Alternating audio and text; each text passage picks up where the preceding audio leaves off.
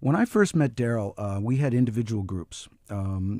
We both had records out in Philadelphia in 1967 on playing on WDS and WHAT, the R&B stations in Philadelphia at the time. He had the Temptones, He had right? the Temptones, I had the Masters. When our respective groups broke up, I actually was asked, right before Daryl's group broke up, he asked me if I'd play backup guitar for his vocal group. They were essentially a doo-wop vocal group. And so I said yes, and the first thing we did was drove to New York to do a showcase at the Village Gate on Bleecker Street, Sure. which, by the way, is now a CVS. It's a shame, isn't it? I drove by it last night. Anyway, so we played at the Village Gate, and as a surprise, Daryl and I didn't know each other that well. He said, and he knew I loved the Temptations. Of course, he was a Temptations fanatic as well. He said, "We're going to the Apollo to see the Temptations," and I said, "Oh, are you kidding? Let's go."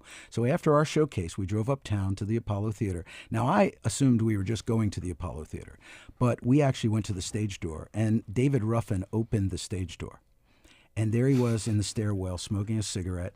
And he ushered us in, and I'm thinking, oh man, You're probably legless at this point. I'm thinking this Daryl Hall guy's pretty cool at this point. So we go into the dressing room, and Paul Williams, one of the singers in the Temptations, was very good friends with Daryl and the band, and he welcomed us, and we met everybody, and I was like on cloud nine. Then we were ushered out into the audience and sat in the front row. Yeah. So now, flash forward to 1985. We were asked to reopen the Apollo Theater after it was restored. We asked David Ruffin and Eddie Kendrick, the principal lead singers, to perform with us and try to recreate that magic. And they showed up in those black tuxes. We asked them if they would, and they were totally in on this. You know, well, I've got so many things to say, but just to make a long story short, they came on stage. We did the dance steps, the choreography.